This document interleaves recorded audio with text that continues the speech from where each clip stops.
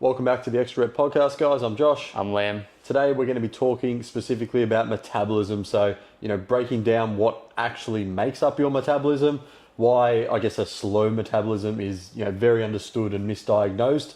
We'll obviously talk about some factors that now affect your metabolism as well. And then as well, we'll give you some practical tips at the end into obviously how to optimize your metabolism in the best way possible from our personal opinion. So I guess, Liam, we want to start with obviously, breaking down your metabolism, what factors make it up?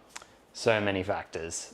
There's your genetics, there's how much fat you carry on your body, there's how much muscle mass you carry on your body, there's what you're eating, so the thermogenic effect of food, protein comes into play there, a whole bunch of things. Lifestyle stuff as well, but that's a small sort of stuff when it comes to metabolism. Yeah, I think a really good place for most people to start is to identify your TDEE, which is your total daily energy expenditure, right? So for example, with, when we talk about metabolism, you've got obviously calories in through, eating and drinking, and then you have calories out. So this is your total daily energy expenditure of calories out throughout the day. So there's four main things here. Your first one is your basal metabolic rate. So this is the amount of calories you were going to burn if you were just sitting down, lying all day, you didn't move. Yep. You'd burn Literally a certain amount of calories. Bedridden. Yeah, bedridden. It'd be probably about, we like to say around like 60%. Is probably a good, again, it's going to fluctuate if you've got muscle mass and things like that, but to make it really easy, let's just say 60. After that, you've got your NEAT, which is your non-exercise activity thermogenesis, which is just a fun word for, how active are you, throughout the day? Are you're walking often? Are you standing up to cook? Is your job sedentary? Are you sitting down all day? Those things will play obviously a factor as well. And that normally takes up, another, depending on the person, 15 to potentially, 30%. I would say, depending on, again, how active you are and what you're doing. Obviously, from there, you've got your thermic effect of feeding. So a lot of people don't know this, but probably about 10% of the calories you burn are actually burnt through digestion. So we'll talk about why protein is the main macronutrient that's responsible for that. And then lastly, which I think a lot of people don't realize, is exercise is that last little one, exercise activity thermogenesis, which takes up 5% of the calories you burn throughout the day. So we're not saying exercise isn't important or weight's unimportant. It's a bit of a different discussion going back to your basal metabolic rate with the weight training. But if you're thinking like, I need to get into the gym and burn as many calories as possible, you realize that's only 5% of your day. So if that's your thought process, take a step back and think about what you can do in the other 95% of your day or through those other three factors, which are eventually going to get you, I guess, a more direct calorie burn. Well, I mean, if you're going into the gym, doing a weight session, and you're building lean mass over time, that will affect the basal metabolic rate. So we're not saying that like it is the 5%, because that 5% can correlate to a 20%, but then we look at everything else as well. Yeah, I think it's just a good little overview for you guys to zoom out and have a look and be like, oh, okay, something that I might be putting, so much effort into in terms of, like I said, burning calories with exercise, and you're sitting at home sedentary, you go to the gym and then you don't move at all through the rest of the day, you're on the laptop, and then thinking, again, back to then eating calories, you're probably then just eating too many calories for what you're expending. But obviously with metabolism, it's multifaceted. You can throw all the numbers in there and get all the sort of, semi-accurate estimates, but it's always going to differ, depending on what you're doing throughout the day. And that's when, lifestyle things are going to come into play as well. So I think it'd be good to break down the sort of slow metabolism myth and sort of, I guess where that comes from and what really causes, like weight loss plateaus and things like that. Well, there's multiple different myths around it, because it's not just slow metabolism. It's like some people will say, I'm a hard gainer, or some people will go through the body types and be like, oh, I'm an endomorph, or I'm an ectomorph, or I'm a mesomorph. So, essentially, is it just an excuse at the end of the day? No, not necessarily. Like, those do come into play, but you got to find out what works for you. So if someone has a slow metabolism, you got to look at really how much are they sleeping, how much are they eating, and how much are they moving. It's that simple. Yeah, I think, like I said, it comes down, genetically, someone can put on muscle mass faster than someone else. For me, for example, I know as I obviously try and gain weight, my body will try and move more. Some people will do the opposite. Like I tend to twitch, like tap my foot when I'm sitting down.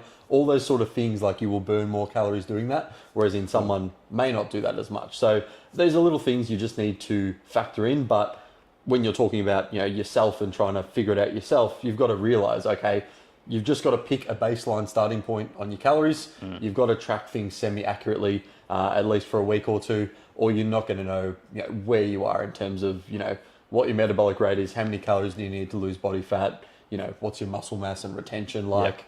All these things play a bigger part. Yeah, I mean, you can go to a coach and they can do all the assessments for you. You can get a DEXA scan done and you get the figures there straight away. Is it 100% accurate? No, but is it fairly accurate? Yes, so you can just go by that data if you're a data-driven person. It's probably worth touching on what you mentioned there about as you started to eat more, you started to move just a little bit more, even little things like foot tapping and hand movement when you're talking, gestures like that. That all counts as neat for a lot of people. The littlest things that go from using a standing desk instead of sitting down 8 hours a day make a huge difference. Yeah. And I think it's sort of the key for a lot of people. A lot of people will use that slow metabolism excuse when really they just probably need to, move more, number one, but they're also just over consuming and probably over reporting, unfortunately, the amount of calories they consume. Well, I can tell you from personal experience and from all the experience I've had with clients, like there's a lot of things that surround slow metabolism. It always correlates to excessive alcohol intake, and it usually correlates into things like insulin resistance and other sort of conditions like that. So that's what they think is a slow metabolism, where it's like, okay, you actually just have a bit of visceral fat around your liver and you just need to clean that up, or you maybe have some metabolic dysfunction and you need to just reverse that. Yeah, interesting. So I think if you want to talk about insulin especially, because I feel like that's one that people really think like, they would correlate with the slow metabolism. Oh, it's my insulin. My insulin's too high because I just ate too many carbs or whatever that may be. I think a lot of people don't realize that obviously any food is going to spike your insulin to a degree. Any food does. Like if you've ever seen like a glycemic index, like a whey protein isolate shake spikes insulin pretty high, but a lot of people have whey protein isolate shake after they've done resistance training when they're actually the most insulin sensitive. So majority of the time that's going to be used towards repair, resting, all that good stuff. But in terms of insulin resistance for normal people, it's where they have an excess of blood sugar and glucose in the system and they're not actually distributing it anywhere metabolically. So if you're just sitting down all the time, what it does is it stores that as fat, unfortunately. Interesting. Can you go into, like, say, for example, people would think straight away, like, okay, if I have a carb spike, I go in, all of a sudden that means it's gained as body fat. What if they're sitting in a calorie deficit? So they know they're in a deficit, right?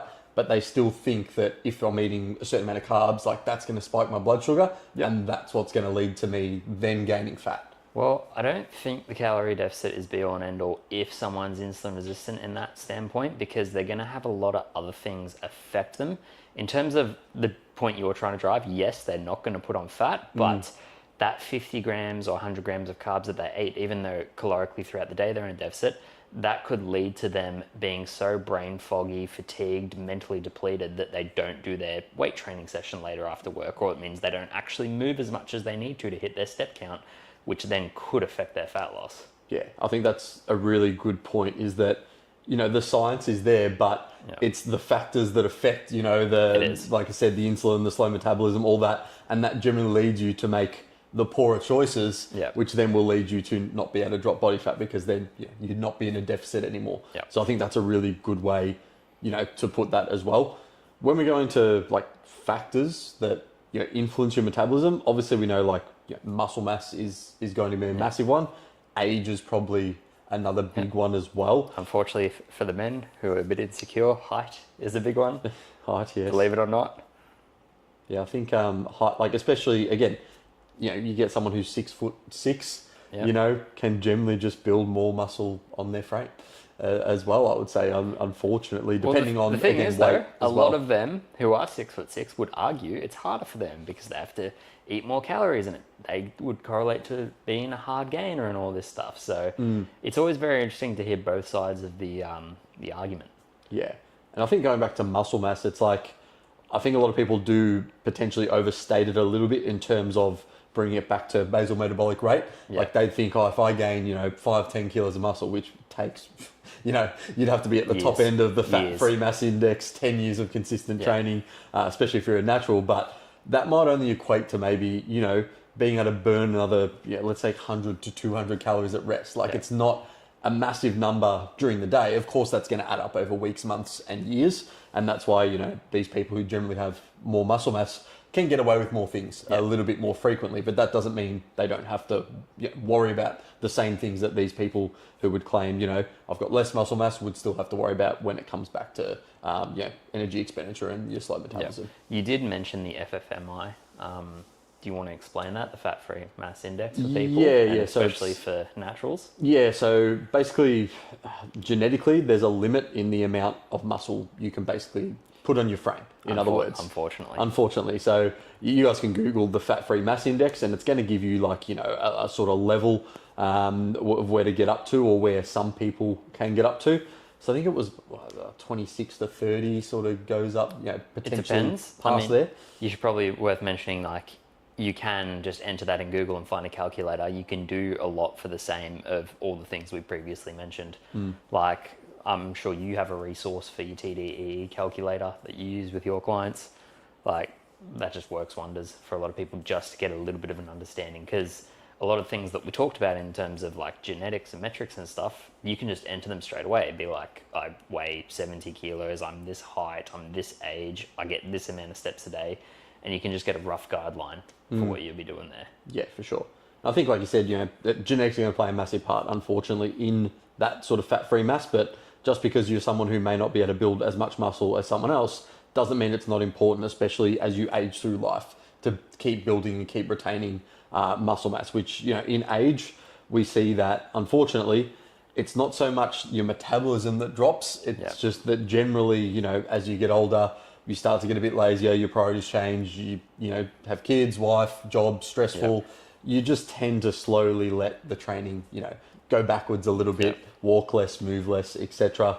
And, you know, stress probably becomes higher as well. And those things, unfortunately play a part. I think hormonal, you know, influences, especially potentially for women, like say a woman who has like PCOS or endometriosis or something like that. Very hard. Yeah, is a big factor. Do you want to sort of explain just a brief, like why I guess they would probably have to diet on less calories, for example? Yeah, I mean, well, it isn't just less calories. Like a lot of PCOS protocols that I've used with women, ones with endometriosis, like they are different, but a lot of them do come back to insulin resistance. Like there's a lot of research out there with, if you're on PCOS protocol, like just go on a ketogenic diet for 4 to 8 weeks, and a lot of the times it reverses it. And, you know, I've done that with like fertility clients as well, like women who couldn't get pregnant, they'd done IVF, all this stuff, had PCOS and all that. And they went carnivore for like a period of weeks and then they got pregnant. Yeah, so like there's all these crazy factors and stuff we can do. And I don't want to go off topic because it'll be another podcast. But it is worth mentioning back to that point with muscle mass, especially going into certain ages and longevity. Like the more muscle mass, bone density and skeletal muscle mass you have on your frame is correlated to longevity markers. So it's very important. But also the more mass you have on your frame, the more insulin sensitive you're going to be, because a lot of calories go towards fueling those muscles as long as you're using them, rather than fat stores, because muscle on your frame is a lot more thermogenic and metabolically active than fat sitting on your frame.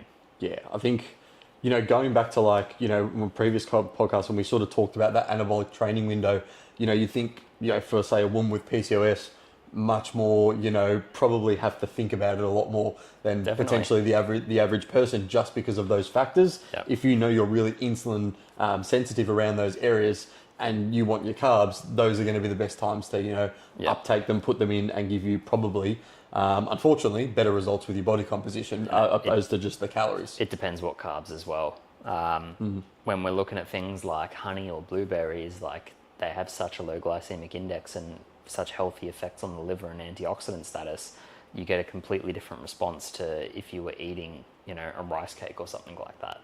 Yeah, and I think that is one thing that just a lot of people, you know, like, I guess the glycemic index has sort of been like brushed over in the industry.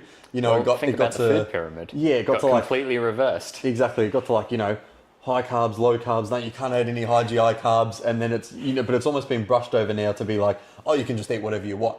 So there needs to be a middle ground. And again, if you do have a condition that, you know, really influences your metabolism, then it becomes, a lot more important. But again, when you're looking at optimal body composition and these things are going to matter, especially as you start, aging down the track. Yeah. And then we can sort of get into, do you want to have a Ozempic tangent on sort of what that does at the moment and why it's so popular? Yes, we can go into that. The reason I bring it up and brought it up to Josh before this podcast today was because I saw a thing on the news that pissed me off that Ozempic is going into schools now. Like, kids are stealing their injections from parents. And look, I can understand it from being a fat kid. If someone just told me, if I just took this quick shot in my stomach and, I wouldn't get bullied for being fat anymore and I'd be a bit more confident in my body, I probably would have done it being a kid, because you're dumb as shit as a kid. Like, everyone knows they make the stupid choices when they're a young teenager or whatever. So if I could do that and still drink my dare-ass coffee and play Call of Duty all day, I probably would have done it. But what we're doing is, it is a GLP-1 antagonist. So it works on those receptors, not only in the body, but in the brain. So what it does is it lights up the brain like crazy, and it pretty much removes things like your hunger and satiation hormones, but it also removes the dopamine response you get from food. So you just don't actually have any enjoyment or craving for food for a lot of people. This is why people can take Ozempic and eat their same diet, but they literally look at what they used to eat and be like, I just don't want this right now. Or they're just not even hungry and they just don't even want to eat. But why I'm really worried about it is because a lot of them, like the kilos that are falling off people, the pounds, it's muscle mass. It's not fat. I think, that's a really big one. This is the scary part. It's like we're losing the wrong thing. Yeah. And it's actually going to do more damage later down the track if you're constantly losing more and more muscle mass, and you're just at the point where you don't even like food, but you're just so physically weak, and you will necessarily become metabolically unhealthy from that standpoint. Yeah, it's crazy, isn't it? When you go back to, again, losing weight on the scale is one thing, but making sure we're retaining muscle mass, like we've talked about, there's a host of benefits, but even something, as popular as Ozempic, as Liam's just mentioned, it's something that you do have to be very careful of. And I'm sure, there's probably going to be some side effects and things in the future as well, but you've got to make sure if we're doing something like that, obviously, going through your doctor first, but making sure then that you're still resistance training, you're still doing the right things, you're still hitting a protein goal, you're still recovering and, doing all the things you should be doing. It's not your free pass to just, I can eat whatever the fuck I want and take this jab and I'll be sweet. And look, they're expensive as well. Like I think I had a client who was paying about almost $400 a month for this. And it wasn't Ozempic, it was a different injection. But if you just put $400, let's say you're paying a trainer $50 a week, and that other $50, because it's $200, let's say you're putting that other $50 a week towards healthier meals or food. It's like, that's life-changing. Or you put it towards a gym membership. Like, you can do so much with that $400 instead of spending it on Ozempic that could get you better results and change your lifestyle. But because it's looked as the quick fix, and people can, talk to their doctor and get it quickly prescribed, correlated to the health markers, then unfortunately people just take that route because it is the easy fix. And it does work on people's emotions, because it goes down to we look at the kids taking it and stuff, it goes into bullying and body shaming and, body dysmorphia and, social media and everything. We can go down that whole rabbit hole. But, people just want to feel good and look good in their own body. And if someone's been struggling with weight for so long and they feel like they've tried everything and it hasn't worked, then they're more lenient to be like, I'll just pay whatever, give me this injection, and it works. Yeah. And I think it's that dangerous cycle, isn't it? Because you can completely understand how, if someone's, again, got a medical condition or, there is a time and a place where I probably would recommend Ozempic to a client, it's going to be on this, this sort of axis, this spiraling wheel of if someone's crazy overweight, 160 kilos, eating themselves to death, there has to be an intervention. There has to be something to bring them back. Get the jab. Of course, has to bring them back. But for most of you listening, I'm sure you might be a little bit overweight, but I don't think you'd be at that point yet. So we would obviously recommend, in terms of your metabolism. It sounds annoying. It sounds boring. but you've just got to do the basics well again. You've got to get in, you've got to start resistance training, you've got to start looking after your diet, you've got to start eating better quality food, and you need to sleep and obviously help to try and, reduce your stress and, do all the right things, which is, that probably more than anything else, just there is going to help you to optimize your metabolism from where you currently might be. Exactly. And look, I always just want to tell people it's never too late. Everyone I know who's made a change in their lifestyle always says they wish they started earlier. I mean, I started weight training when I was like 16, 17. I wish I started when I was like 8. Yeah. Like, honestly. Yeah, I wish I started properly when I was 16. Yeah, exactly. I wasted so many years. Yeah. Like, we'll probably do a podcast on, everything we've changed our mind on. I reckon that'd be a good topic. Yeah, for sure. But yeah, I just want to let people know that it's never too late to start. I've had clients that, started in their 40s or early 40s and late 30s, and they've said the reason they signed up was, I told myself when I was like 18 that I was going to get my shit together, and the years and years and years and years and years just kept going by, and he just got so fed up that he just did something about it. I think that's the thing, isn't it? It's like, no one's expecting you, if you're listening to this and you're not sure where to go, to just overhaul your whole life in a day. Like, that's not going to happen. You just need to start with one thing, whether that's going to the gym once, then it's going to the gym again. Even if you go in and jump on and walk on the treadmill for 5 minutes, like, then you're moving in 10 minutes on the treadmill. Then you might dabble into the weights area. Then you might have a look at a few of the machines. And then, like I said, when you've got to start, you've got to make the decision to start.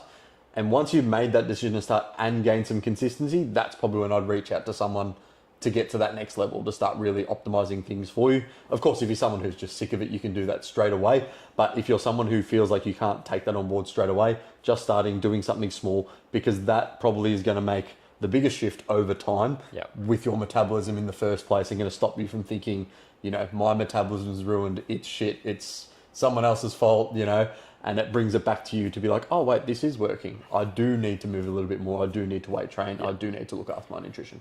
Although I will say, there are those rare few people out there that do feel like their metabolism is broken because they've got some other form of underlying health condition that hasn't been diagnosed properly and they haven't been able to get help from. So I always recommend people get blood work done, seek out proper practitioners that know what they're doing, and actually find out what's the root cause of an issue. Because something like an Epstein-Barr virus, which is what I had, leaves you chronically fatigued and, weak, and it's like your metabolism's not broken, but something's obviously wrong. Yeah, I think, going back to that, guys, it is really important. So if there is one of you who are like, oh, I'm thinking maybe I should get my blood work done, like, do get in contact with Liam, because he is going to be able to look at it from, a holistic point of view, see what you're currently doing with your lifestyle, and actually be able to, address it and fix it.